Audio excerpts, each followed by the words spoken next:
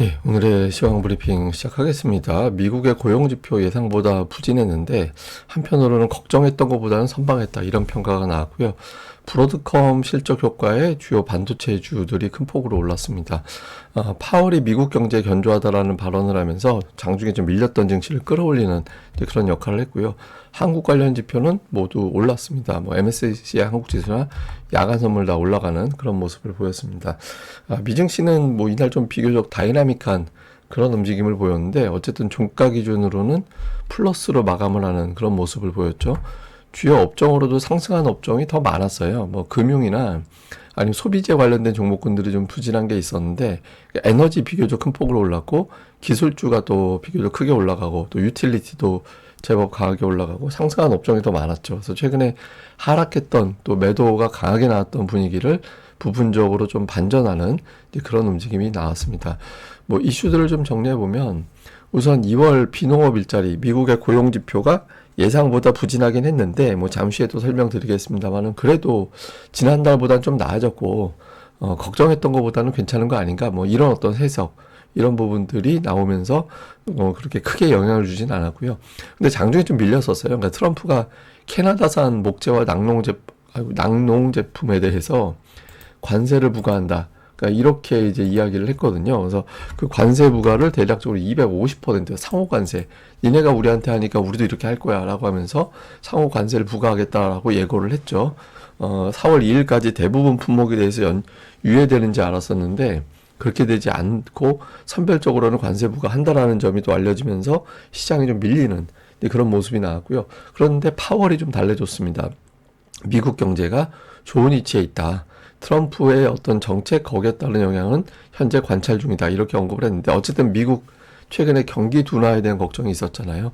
이 부분을 좀 완화시켜주면서 시장이 반등할 수 있는 그런 계기를 만들어줬고 브로드컴이 실적이 잘 나오면서 주요 반도체주들을 동반해서 끌어올리는 그런 역할을 했고 이게 오늘 지수 플러스 마감하는데 결정적인 계기가 된 것 중에 하나로 봐야 될 것 같고요. 그렇지만 여전히 정책에 대한 불안감이 있다라는 분석이 많습니다. 블룸버그 보도에 의하면 관세 정책이 오락가락하잖아요. 유예했다가 부과한다고 했다가 이렇게 되면 주요 선행지표, 이 선행지표라는 건 소비자 심리지수나 제조업지수 이런 거 PMI 이런 거 있잖아요. 이런 것들에 영향을 줄 수밖에 없다라는 거예요. 그래서 그 경제에 좀 악영향을 줄 수 있다 이런 경고를 했고 로이터 보도에 의하면 전 세계 경제가 높은 인플레이션 그리고 성장 둔화를 유발할 수 있는 상황으로 끌려가고 있다. 그 트럼프의 어떤 관세 정책이 이렇게 또 경고하는 목소리도 있습니다. 여전히 이제 오늘 지수는 플러스 나긴 했지만 트럼프에 대한 어떤 불신, 걱정 이런 것들이 좀 계속해서 투자자들에게는 커지고 있는 그런 상황이 되고 있죠. 근데 오늘 트럼프와 8월 발언에 따라서 시장이 좀 출렁거렸는데 우선 트럼프 같은 경우는 캐나다산 목재 그리고 이제 자꾸 제가 낙폭이라고 했네요. 낙농 제품에 대한 어떤 관세를 부과를 한다. 이런 이야기를 또 계속 했거든요. 그래서 이게 이제 원래 4월 2일까지 다 유예한다고 했잖아요. 근데 이 하는 것도 원래 그 제한이 좀 걸려 있었거든요. 그러니까 자유무역 협정에 준수하는 품목에 대해서만 이제 관세를 유예한다라는 거고 그 밖에 있는 품목에 대해서는 관세를 부과할 거야. 이렇게 이제 이야기를 했는데 그 밖에 있는 업종도 적지 않아요. 그러다 보니까 이 트럼프가 4월 2일 전에도 계속해서 이것저것 관세 부과할 수 있겠구나. 또 오늘 목재와 낙농이 그 시작이구나. 이렇게 걱정을 유발하면서 장중에 이제 시장이 좀 밀리는 그런 모습이 나왔죠. 그리고 오늘 국제유가에 영향을 주는 발언도 나왔는데 평화협정 체결할 때까지 러시아에 대한 제재를 이어갈 거다. 그러니까 러시아에 대해서 계속 좀 우호적인 듯한 어떤 그런 발언들을 많이 했었잖아요. 근데 러시아에 대한 압박도 하겠다라는 거죠. 내가 시키는 대로 평화협정 체결해. 안 그러면은 제재할 거야. 근데 이게 사실 제가 보기에는 그냥 짜고 치는 것 같기도 한데 어쨌든 이렇게 되면서 오히려 평화협정 체결 가능성이 더 높아졌다라는 분석도 일부 있습니다. 그리고 최근에 주식시장이 빠지면서 트럼프가 시장을 달래주는 언급을 할 거야. 그러니까 이런 기대가 좀 있었잖아요. 근데 베센트 장관은 그런 거 없다. 우리는 그냥 갈 길을 가야 되기 때문에 그렇게 되면 자연스럽게 시장은 나중에 따라올 거고 지금 시장이 빠진다라고 해서 트럼프가 막 갑자기 개입을 해서 시장이 좋아할 만한 발언 그런 거 안 할 거야. 그러니까 이렇게 이야기를 했거든요. 근데 이게 사실은 작년도 선거 기간 동안에 증시 올라갈 때 트럼프가 자기 때문에 랠리 나오는 거라고 트럼프 랠리라고 막 그렇게 자랑했었잖아요. 그러니까 빠지는 거 아마 분명히 의식은 하고 있을 거예요. 이건 그냥 원론적으로 얘기한 게 아닌가 싶기도 합니다. 근데 어쨌든 이 점에 또 상처받는 투자자들도 일부는 있지 않았을까 이렇게 추정이 됩니다. 반면에 이제 파월은 시장을 달래는 긍정적으로 해석될 수 있는 발언을 좀 했습니다. 불확실성이 좀 일부 있긴 한데 미국 경제 좋다. 그리고 실업률 오늘 나온 고용지표 이야기하면서 실업률 여전히 낮다라는 거예요. 그러니까 최근 1년 동안 보면 실업률은 3.9에서 4.2% 사이에 움직이고 있었기 때문에 고용은 안정되고 있다. 이렇게 이야기를 했고 트럼프 정책에 대한 평가도 했는데 뭐 무역, 이민, 재정, 규제 이런 것들이 정책 변수로 등장하고 있는데 여기에 따른 영향은 현재 관찰 중이다. 우리는 뭐 기다릴 수 있는 좋은 상황이다. 그러니까 뭐 여차하면 이제 금리 내릴 수도 있다라는 얘기지만 지금 미국 경제가 좋다라는 표현을 해놨기 때문에 당분간 금리 인하는 없다라고 표현이 될 수 있는 이제 해석이 될 수 있는 부분이죠. 근데 어쨌든 트럼프의 어떤 관세 관련된 이슈 제기가 되면서 시장에 이게 빠졌다가 파월의 어떤 발언 이런 것들이 전해지면서 또 올라가고 그러니까 이런 형태로 이제 시장이 움직여서 트럼프가 때리고 파월이 달래고 이게 오늘 증시를 표현할 수 있는 가장 적당한 이제 말이 아닌가 저는 이렇게 보고 있습니다. 그리고 고용지표 나온 거 한번 보면 비농업 일자리가 15만 1천 그리고 실업률은 4.1%가 나왔는데 예상치가 16만이었거든요. 또는 17만 정도. 근데 지난달 14만 지난달 수치는 좀 또 하향 조정됐고 근데 어쨌든 전달보다는 늘어난 거잖아요. 예, 뭐 예상보다 살짝 낮긴 하지만 지난달보다는 늘어났다라는 점 그리고 실업률도 모르게 파월 말대로 어느 정도 박스권 안에 갇혀있는 수준이기 때문에 이거 가지고 뭐 고용이 좋다 나쁘다 해석할 정도는 아닌 것 같다. 이렇게 돼서 시장에서는 좀 비교적 무난했다. 걱정할 정도는 아니다. 이런 정도로 판단한 것 같고 물론 이제 당연히 좋다라고 얘기할 정도도 아니죠. 관심을 가졌던 건 정부 일자리 부분인데 많이 줄었죠. 예, 10,000명 정도 이제 줄어들었는데 이게 다 이제 머스크 탓이잖아요. 머스크가 구조조정한다라고 이제 줄여가지고 저 영향을 받은 건데 이후 경제 데이터, 고용 데이터에 이 부분이 어느 정도 더 영향을 줄 거냐 이에 따라서 비농업 일자리의 어떤 수치가 좀 달라질 것 같다. 그러니까 이런 분석들이 있습니다. 어쨌든 이날 나온 전체적인 데이터를 봤을 때 고용 지표는 사고 치지 않았다 정도. 예, 좋게 나온 건 아니고 사고 치지 않았다 정도로 시장에서는 평가를 했던 것 같습니다. 그리고 뭐 지표와 그리고 트럼프 파월 의장의 발언 이런 것들이 나오면서 이제 주요 지표들을 같이 보면 달러 인덱스는 하락했다가 조금씩 회복됐는데 어쨌든 큰 흐름으로는 달러 인덱스는 이제 하락하고 있는 그런 추세고요. 국채 금리는 올라갔습니다. 지표 부진하다 뭐 이런 식으로 해석하기도 했지만 나중에는 경기가 괜찮다고 하니까 금리가 좀 금리 인하 천천히 하겠구나. 이번에 일단 안 하는 거 확실하구나. 이렇게 되면서 이제 국채 금리는 또 올라가는 그런 모습을 보였죠. 어쨌든 그 안전자산을 추구하지는 않았다. 그러니까 뭐 달러가 약하고 금리가 올라갔다라는 거는 안전자산을 추구하지는 않았다라는 게 되는 거잖아요. 그래서 주식시장에는 조금 한숨 돌리는 그런 이유로 작동을 했던 것 같습니다. 근데 여기서 또 금리가 너무 올라가면 또 그것도 부담이 되죠. 그래서 제 생각엔 4.3% 정도 넘지 않고 요 선에서 다시 흘러내리는 그런 모습을 보이는 게 좀 낫지 않을까 이렇게 보고 있습니다.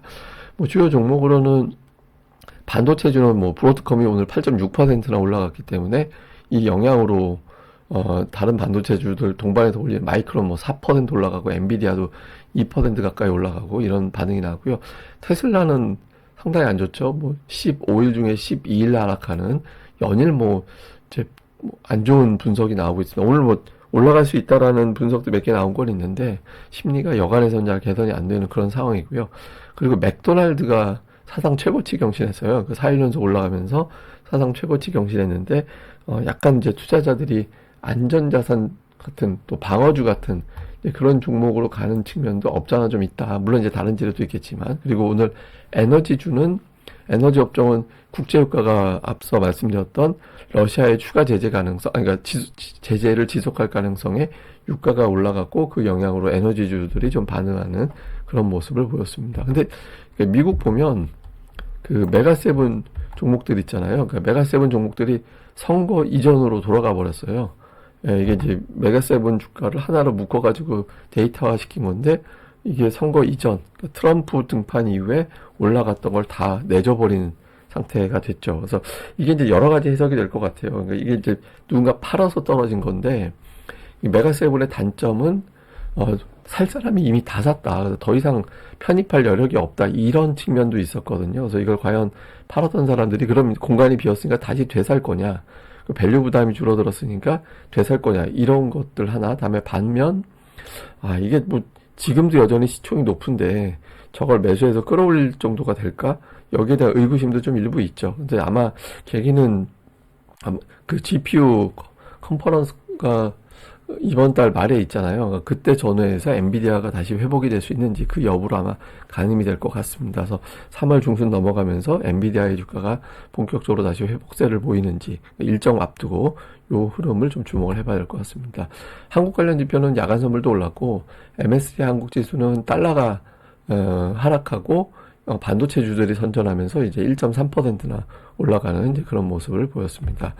자, 요약을 좀 해보면 일단 4월 2일까지 굵은 관세 이슈는 조금 진정될 가능성도 있지 않나? 이렇게 보는 것 같아요. 왜냐면, 캐나다, 멕시코, 중국인데, 이제, 중국은 아마 또 관세를 추가할 수도 있겠지만, 어쨌든 캐나다, 멕시코에 대해서는 4월 2일까지, 무역협정 준수하는 품목에 대해서는 관세를 유예한다고 했잖아요. 그러니까, 핀셋으로 이것저것 세부적으로 따가지고 관세 부과하는 것 정도기 때문에, 전면적인 관세는 좀, 일단 시간을 번 건가? 이런 해석이 나오고 있어요. 그래서 관세 관련된 스트레스가 조금 덜해질지 좀 주목을 해봐야 될 것 같고, 그 다음에 트럼프가 러시아를 압박했는데 이건 오히려 평화협정의 전망을 높이었다.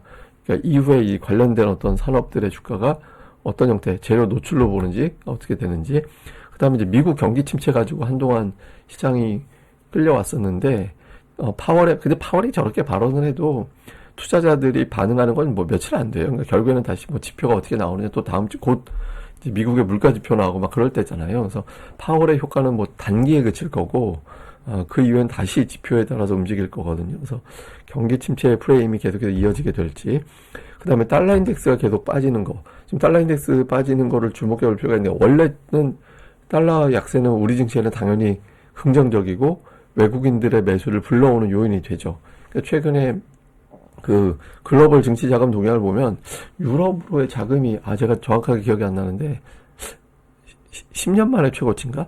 하여튼 10년 만에 최대 자금이 들어왔나? 하여튼 뭐 그런 것 같아요. 근데 약간 달러 미국에 투자하는 것보다 다른 나라에 투자하는 게 좋다 이렇게 보는 시각이 있잖아요. 근데 이게 달러 인덱스 빠지는 게 장단이 있거든요. 그러니까 긍정적으로는 안전자산에 대한 선호도가 낮아지고 미국에서 다른 나라로 투자 자금이 넘어가고 있는 이런 걸 의미하는 게 되고, 부정적으로는 이거 미국 경제가 너무 나빠서 달러 약세, 유로나 뭐 다른 나라 환율 화폐 강세 뭐 이렇게 되는 거 아니냐, 그러니까 이런 어떤 시각도 나올 수 있거든요. 근데 여기서 너무 많이 빠지면, 너무 가파르게 빠지면 급반등이 나오는 그런 상황도 연출될 수 있기 때문에 흘러내리는 게 제일 좋습니다. 그래서 달러 인덱스가 흘러내려주고 그렇게 될 때 이제 외국인들이 우리나라 원화는 아직 원달러 환율이 덜 빠졌으니까 지금 왕창 사두면 환율이 뚝 떨어질 때 환차익을 거두겠구만. 그러니까 이런 어떤 움직임이 나올 수 있거든요.